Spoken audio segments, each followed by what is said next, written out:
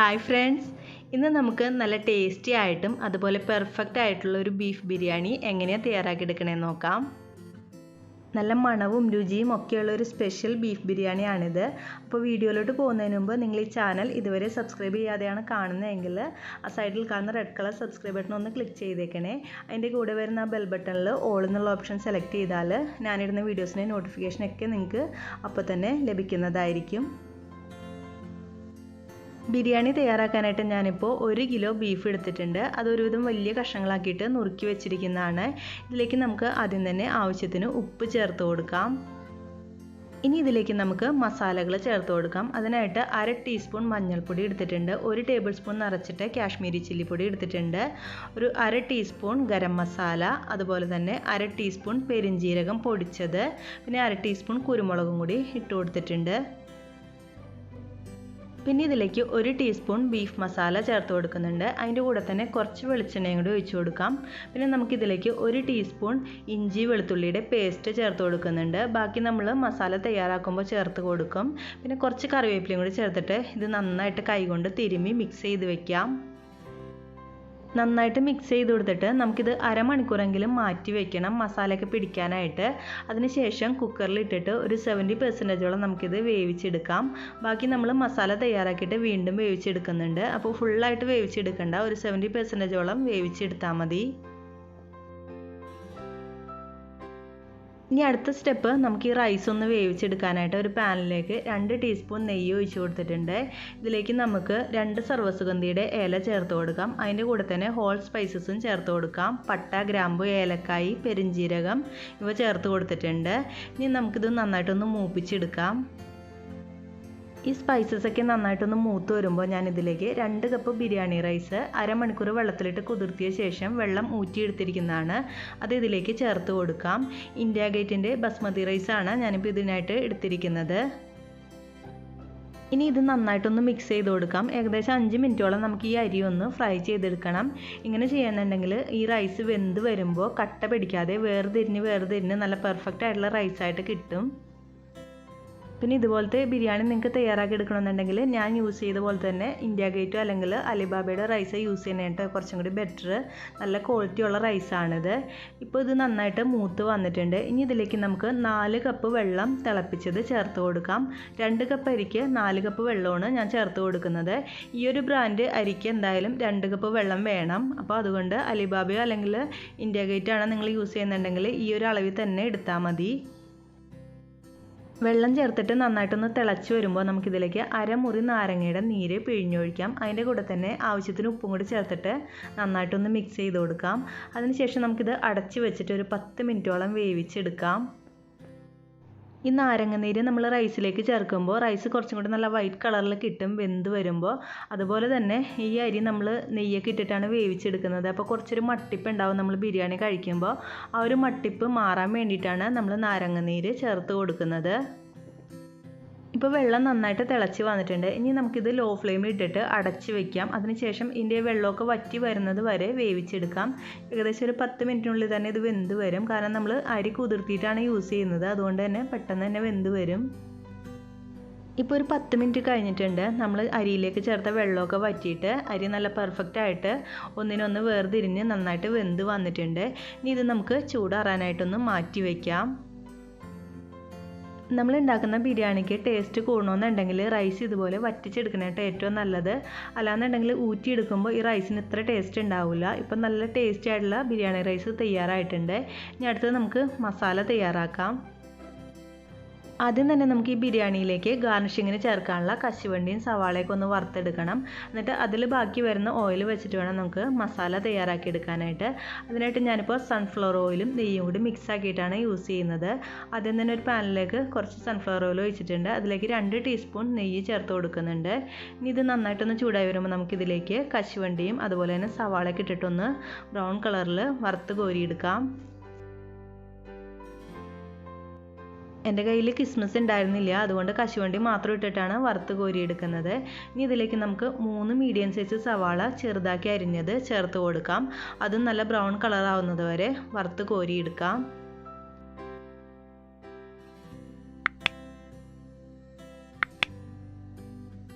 ഇപ്പോൾ സവാള അത്യാവശ്യം നന്നായിട്ട് മൂത്ത് വന്നിട്ടുണ്ട്. ഇനി ഇതിലേക്ക് നമുക്ക് കുറച്ച് മഞ്ഞൾപ്പൊടി ആഡ് ചെയ്ത് കൊടുക്കാം. ഈ മഞ്ഞൾപ്പൊടിയും കൂടി ഇട്ടിട്ട് മൂപ്പിച്ചതിന് ശേഷം നമുക്ക് സവാള കോരി എടുക്കാം. ഇങ്ങനെ ചെയ്യുന്നുണ്ടെങ്കിൽ നമ്മൾ ലാസ്റ്റ് ബിരിയാണി ഗാർണിഷ് ചെയ്യുമ്പോൾ കുറച്ചും കൂടി ഒരു കളർഫുള്ളായിട്ട് കിട്ടും. ബിരിയാണിയിലേക്ക് കളറൊന്നും ആഡ് ചെയ്യാനായിട്ട് ഇഷ്ടമില്ലാത്തവരാണെന്നുണ്ടെങ്കിൽ ഇങ്ങനെ ചെയ്താൽ മതി. അപ്പോൾ നമുക്കൊരു നാച്ചുറൽ ആയിട്ടുള്ളൊരു യെല്ലോ കളർ കിട്ടും ഗാർണിഷ് ചെയ്യുമ്പോൾ. ഈ ബാക്കി വന്ന എണ്ണയിൽ നിന്ന് കുറച്ച് ഞാനെടുത്ത് മാറ്റി വെക്കുന്നുണ്ട്. ലാസ്റ്റ് നമ്മൾ ദം ചെയ്യുമ്പോൾ മുകളിൽ ഒഴിച്ച് കൊടുക്കാനായിട്ട്. അപ്പോൾ നല്ലൊരു ഫ്ലേവർ കിട്ടും.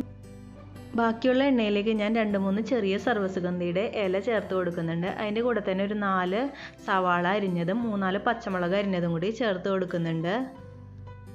നിങ്ങളുടെ അടുത്ത് ഇപ്പോൾ സർവ്വസുഗന്ധിയുടെ ഇല ഇല്ലയെന്നുണ്ടെങ്കിൽ അതിന് പകരം വഴനയിലയോ അല്ലെങ്കിൽ രമ്പയിലയോ ചേർത്ത് കൊടുക്കാം. ഈ കൂട്ടിലേക്ക് ആവശ്യമുള്ള കുറച്ച് ഉപ്പും കൂടി ചേർത്തിട്ട് നമുക്കിത് 2 മിനിറ്റോളം വഴറ്റിയെടുക്കാം. ഒരുവിധം നന്നായിട്ടൊന്ന് വഴണ്ടി വരുമ്പോൾ നമുക്കിതിലേക്ക് 2 ടീസ്പൂൺ ഇഞ്ചി വെളുത്തുള്ളി പേസ്റ്റ് ചേർത്ത് കൊടുക്കാം. എന്നിട്ട് വീണ്ടും നന്നായിട്ടൊന്ന് ഇതിൻ്റെ പച്ചമണമൊക്കെ മാറുന്നത് വരെ വഴറ്റിയെടുക്കാം.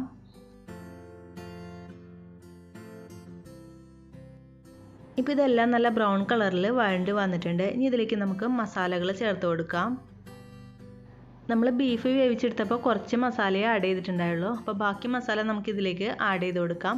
1/4 ടീസ്പൂൺ മഞ്ഞൾപ്പൊടി, 1 ടേബിൾ സ്പൂൺ മുളക് പൊടി, 2 ടീസ്പൂൺ മല്ലിപ്പൊടി, 1/2 ടീസ്പൂൺ ഗരം മസാലപ്പൊടി, 1 ടീസ്പൂൺ ബീഫ് മസാലപ്പൊടി എന്നിവ ചേർത്തിട്ട് വീണ്ടും നമുക്കിത് നന്നായിട്ടൊന്ന് വഴറ്റിയെടുക്കാം.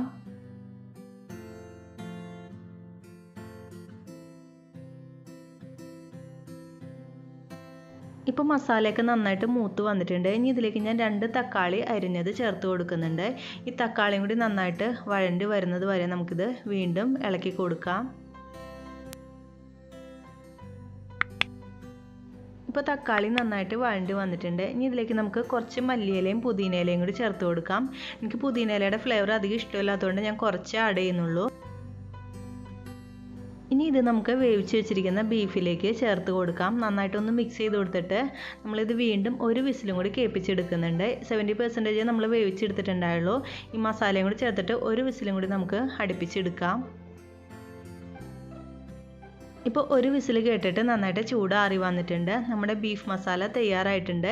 ഇതിലിപ്പോൾ അത്യാവശ്യം ഗ്രേവി ഉണ്ട്. നിങ്ങൾക്ക് ഇത്രയും ഗ്രേവി വേണ്ടാന്നുണ്ടെങ്കിൽ കുറച്ച് നേരം കൂടി അടപ്പത്തിട്ടിട്ടൊന്ന് വരട്ടിയെടുക്കാം. ഞാനിപ്പോൾ ഇത്രയും ഗ്രേവി തന്നെയാണ് എടുക്കുന്നത്. ഇനി നമുക്ക് ഈ ബിരിയാണി ഒന്ന് ദം ചെയ്തെടുക്കാം. അതിനായിട്ട് അരി വേവിച്ചെടുത്തിരിക്കുന്ന പാത്രമാണ് ഞാൻ എടുത്തിരിക്കുന്നത്. അതിൻ്റെ ഏറ്റവും അടിയിലേക്ക് നമുക്ക് കുറച്ച് പൈനാപ്പിളിൻ്റെ പീസസ് ഇതുപോലെ നിരത്തി വെച്ച് കൊടുക്കാം. ഇങ്ങനെ ചെയ്യുന്നുണ്ടെങ്കിൽ ഈ ബിരിയാണി അടിയിലൊട്ടും പിടിക്കുകയുമില്ല. അതുപോലെ തന്നെ ഈ പൈനാപ്പിളിൻ്റെ ഫ്ലേവറൊക്കെ നമ്മുടെ ബിരിയാണിക്ക് ഉണ്ടായിട്ട് ഒരു സ്പെഷ്യൽ ടേസ്റ്റ് ആയിരിക്കും. അപ്പോൾ നിങ്ങൾ എന്തായാലും ഒന്ന് ട്രൈ ചെയ്ത് നോക്കൂ കേട്ടോ. ഇനി ഇതിൻ്റെ മീതേക്ക് നമുക്ക് കുറച്ച് നെയ്യൊന്ന് ആഡ് ചെയ്ത് കൊടുക്കാം. അതിനുശേഷം നമുക്ക് തയ്യാറാക്കി വെച്ചിരിക്കുന്ന മസാലയും കൂടി ആഡ് ചെയ്ത് കൊടുക്കാം. ഈ പൈനാപ്പിൾ പീസസിൻ്റെ മുകളിലോട്ട് ആഡ് ചെയ്ത് കൊടുക്കണതാണ് കുറച്ചും കൂടി നല്ലത്. ഒരുപാട് അറ്റത്തോട്ട് ആക്കണ്ട. അറ്റത്തോട്ടാക്കിയാൽ അടിയിൽ പിടിക്കാനായിട്ട് ചാൻസ് ഉണ്ട്. ഇനി നമുക്ക് ഇതിൻ്റെ മീതേക്ക് ഗാർണിഷിങ്ങിനായിട്ട് മാറ്റി വെച്ചിരിക്കുന്ന കുറച്ച് മല്ലിയില, പുതിനയില, അതുപോലെ തന്നെ സവാളയും കശുവണ്ടിയും വറുത്തത് ചേർത്ത് കൊടുക്കാം. അതിൻ്റെ കൂടെ തന്നെ ഞാൻ കുറച്ച് പൈനാപ്പിളിൻ്റെ പീസസും കൂടി ആഡ് ചെയ്ത് കൊടുക്കുന്നുണ്ട്. നമ്മൾ ബിരിയാണിയൊക്കെ കഴിക്കുമ്പോൾ നെയ്യൊക്കെ ഉള്ളതുകൊണ്ട് തന്നെ കുറച്ച് ദഹിക്കാനായിട്ട് ബുദ്ധിമുട്ടായിരിക്കും. അപ്പോൾ ഈ പൈനാപ്പിളൊക്കെ ഉണ്ടെന്നുണ്ടെങ്കിൽ പെട്ടെന്ന് തന്നെ ദഹിച്ച് കിട്ടും. ഇനി ഇതിൻ്റെ മീതേക്ക് നമ്മൾ വേവിച്ച് വെച്ചിരിക്കുന്ന ചോറ് ഫുള്ളായിട്ടൊന്ന് ലെയർ ചെയ്ത് കൊടുക്കാം. ഞാനിപ്പോൾ 2 ലെയറായിട്ടേ സെറ്റ് ചെയ്യുന്നുള്ളൂ. അധികം ചോറ് ഇല്ലാത്തതുകൊണ്ട് തന്നെ 2 ലെയറായിട്ട് സെറ്റ് ചെയ്തെടുത്താൽ മതി. ഈ അരി നമ്മൾ വേവിക്കാനായിട്ട് എടുത്തപ്പോൾ അതിലേക്ക് ചേർത്ത വഴനയിലയും സർവ്വസുഗന്ധിയുടെ ഇലയും പട്ടയും ഗ്രാമ്പൊക്കെ മാറ്റുന്നുണ്ട് കേട്ടോ. അല്ലെങ്കിൽ നമ്മൾ ബിരിയാണി കഴിക്കുമ്പോൾ അതെങ്ങനെ വായിൽ കിട്ടിക്കഴിഞ്ഞാൽ അതിൻ്റെ ടേസ്റ്റ് ഫുള്ള് പോവും. ഇനി നമുക്ക് വീണ്ടും ഇതിൻ്റെ മീതേക്ക് ഗാർണിഷിങ്ങിനായിട്ട് എടുത്ത് വെച്ചിരിക്കുന്ന സാധനങ്ങൾ ബാക്കിയുള്ളത് ഫുള്ളായിട്ട് ആഡ് ചെയ്ത് കൊടുക്കാം.